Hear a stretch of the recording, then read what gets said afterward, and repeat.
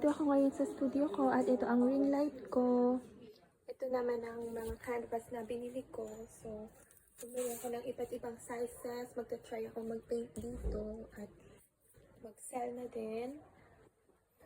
Tapos, ayan. And then this big one. I'm trying to. I'm not sure kung sa maliit na business ko na nakasell ako. What I can sell. So, ito, medyo nagkamali ako dito, but okay. This one, meron siya.